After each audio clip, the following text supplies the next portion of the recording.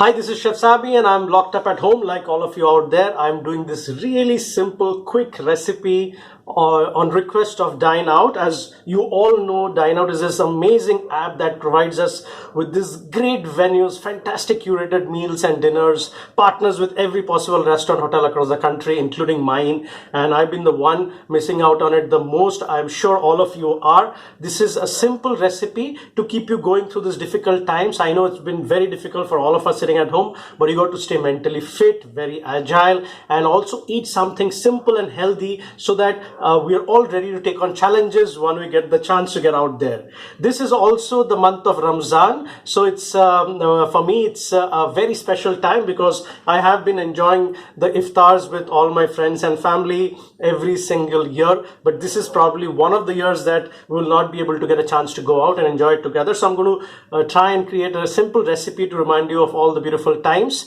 Stick around and see how simple this is. This is of course going to have an ingredient which is the hero of this recipe, or the centerpiece of this ingredient is dates, and that is why I feel it is most apt to do this recipe at the time of Ramzan, as a part of an iftar feast. So I'm going to make you a very quick oats, banana and dates custard. It's really simple and quick and very healthy. Also, most importantly, it is 100% dairy free and vegan. I'm going to use only coconut milk to make the custard, and oats has, as you know, has got no gluten. So this is a gluten-free vegan recipe which is extremely healthy and also very apt for the current times and season. So I've taken up a bit of water. I'm going to quickly boil it up. It's very simple. I have got a bit of oats. This is about 4 spoons of quicker oats. I've taken coconut milk. Of course, I've made this with coconut milk powder. This is about 120 ml. So if you have coconut milk tetra packet, just take 120 ml. So about that much. I'm going to use about 6 dates. Since I'm alone at home, I am not cooking too much because whatever I'm making, it's about a portion or two, so I can always kind of have one portion and keep the rest in the fridge to have it the next day for lunch or dinner. So I'm going to use about 6 dates. I have this beautiful jaggery. Now jaggery is something that provides sweetness without the extra calories, and it is much better than refined white sugar. So this is also something that is very healthy. So I'm going to use, this is sugarcane jaggery. So I'm going to use jaggery, and I'm going to finally garnish it with a bit of grapes and walnuts, but of course that's optional. So here the water is boiling. First thing I'm going to do is I'm going to put the dates, and these are dates with seeds, but as they start breaking down, I'm going to take the seeds out of it. So my dates are down in the water. Maybe I'm going to just increase a little more of water. Now what happens is, as the oats cooks, you will see that the oats takes up a lot of water, and it takes about 5 to 8 minutes for the oats to nicely cook down. If it's in hot water, if it's cold water, maybe you need to give it a little more time. So, why I'm talking about this particular recipe is because, considering this is the month of Ramzan, and dates has such a significance with iftar, and you break your iftari fast with the dates. It's something that is it's literally an ingredient that pretty much is signifies this month. It's also extremely healthy. It gives you a whole lot of nutrients, ions, vitamins, and of course it is a source of natural sugar. So when you're fasting, it is fantastic to have dates because it really gives you the boost of the energy that you need after a long day of fast. So that's dates, that's boiling. So like I said, I'll let the dates kind of boil and bleed. There you go, it's already softening up. I'm going to add my oats to it.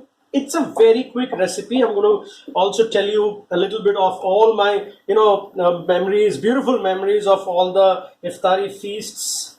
And I'm such a biryani and kebab fan.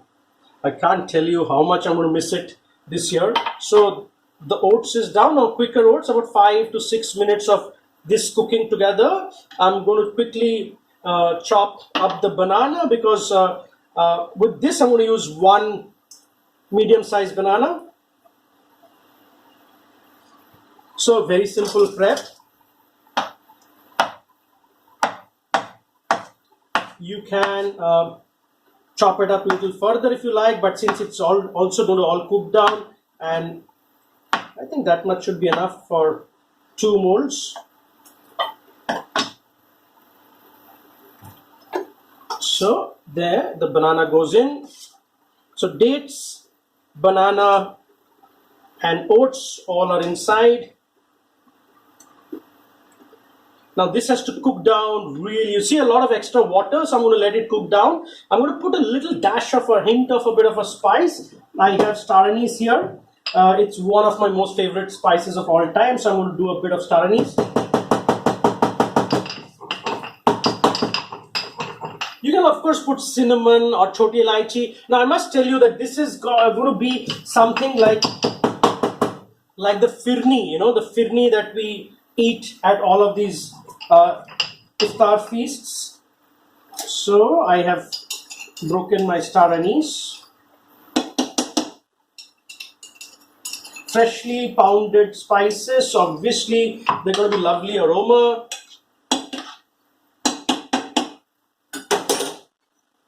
So I'm going to let it cook for a while. Well, I'm going to tell you of what I was doing last year. This time I was in Bangalore, and it was amazing. I was with my very dear friend Aslam Ghafoor and his wife Michelle, and they were super kind and super sweet to take me around all these places for these iftar feasts. We started off with, of course, the Albert Bakery, and then we kind of hit every single spot around the Masjid Road, around the Masjid, trying almost every single delicacies possible. And there are so many such beautiful memories that is attached to my Ramzan and iftar feasts in India and abroad. So I'm going to keep talking about them. I'm going to keep cooking this, and I'm going to show you how this whole thing is kind of bonding into a beautiful, nice custard. Now, when I'm saying custard is, if you remember this beautiful homemade custards the mothers used to make with this custard powder, Brown and Polson, milk, you know, this lovely, creamy, you know, that texture.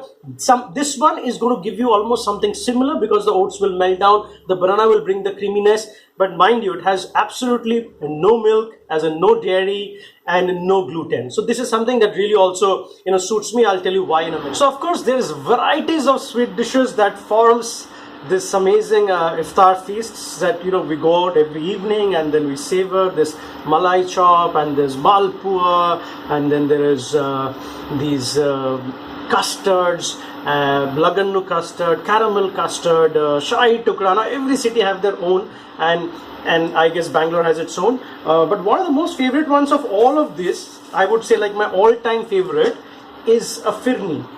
Now, me being a slightly lacto intolerant, I wouldn't say slightly, actually quite lacto intolerant, and you know, I have to be constantly watching my sugar because, you know, sugar is not healthy and things like that. I have been, you know, I still cheat a bit, but I have been missing out on the firni a lot, and I realized this particular recipe of this date and banana and oats custard is almost gives you that satisfaction that you would get out of this beautiful, you know, this firnis that is made out of 100% milk, and of course, you know, powdered rice like a dalia. I'm just trying to recreate a similar flavor, taste profile, mouth feel with oats, and I have tried this recipe a couple of times. It's been very successful. So I'll show you what is actually happening right now on the pan, and 2 more ingredients still have to go in this. Mind you, it's going to be one of this beautiful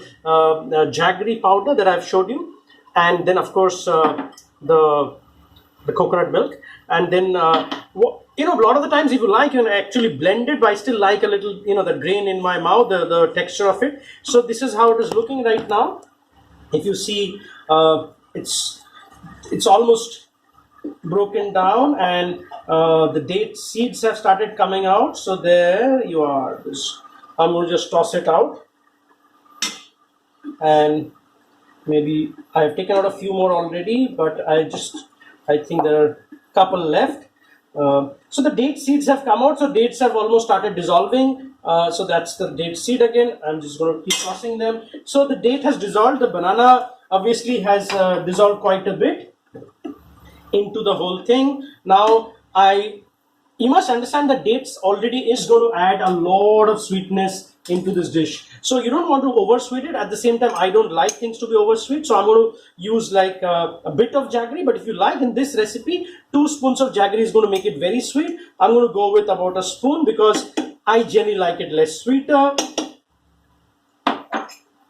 And then of course the coconut milk, which also has its own inherent little sweetness that adds that, you know, lovely creaminess that we're missing out. So you must understand that oats on its own has this, you know, the quality of producing a smooth creamy texture. So we also make oat milk at times when I'm struggling to find milk for a recipe. I powder the oats down and make a beautiful oats milk. But here I'm just kind of cooking it for a very long time, not very long, let's say about 10 odd minutes, to give it this, you know, bring out the milk out of the kind of oats and make this really creamy custard.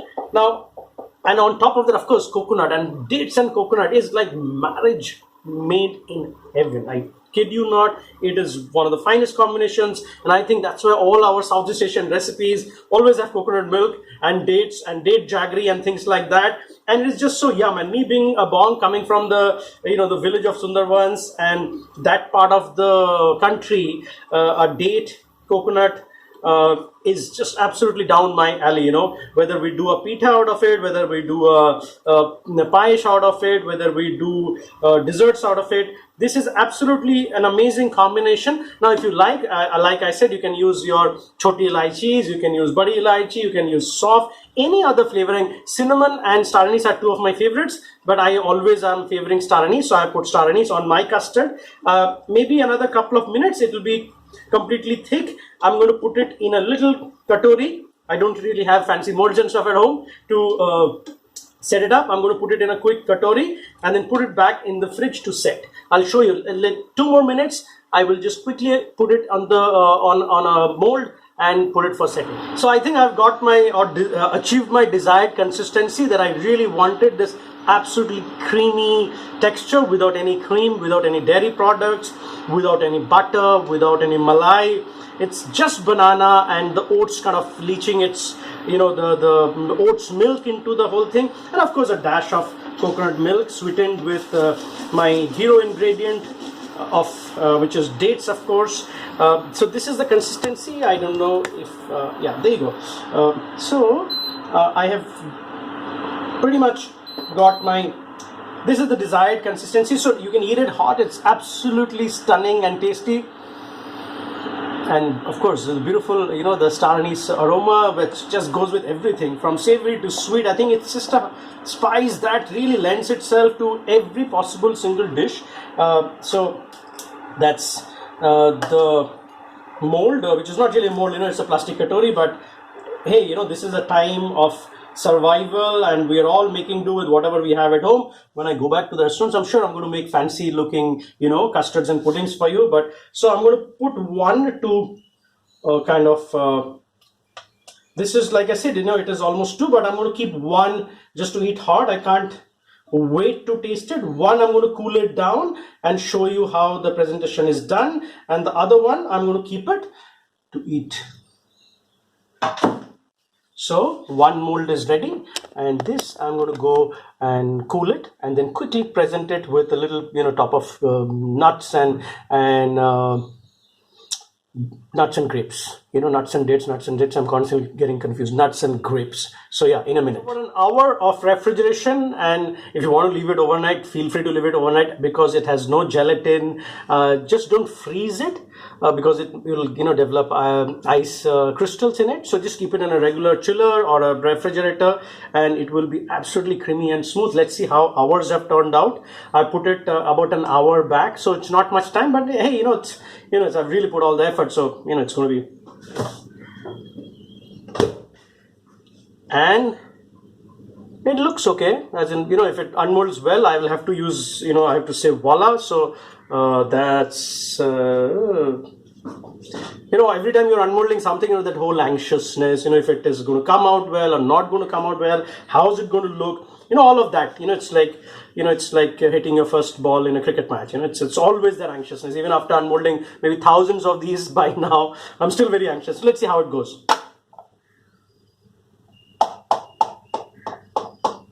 See, if it has released the mold, it is going to give you that sound which is going to make you feel confident that yes, it has released the mold. So, voila.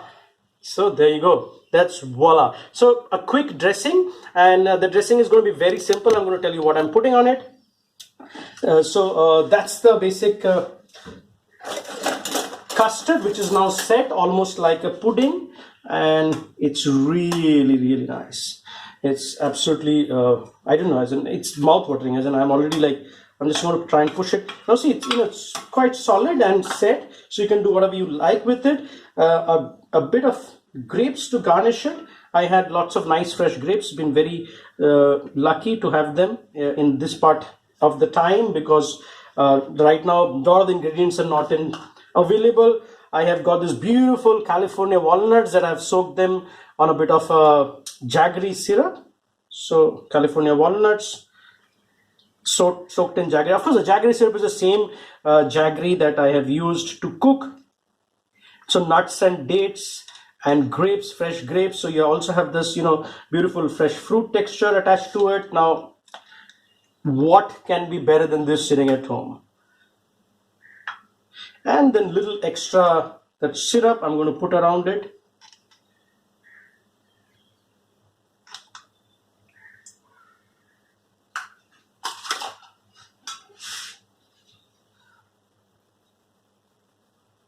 Are you seeing it?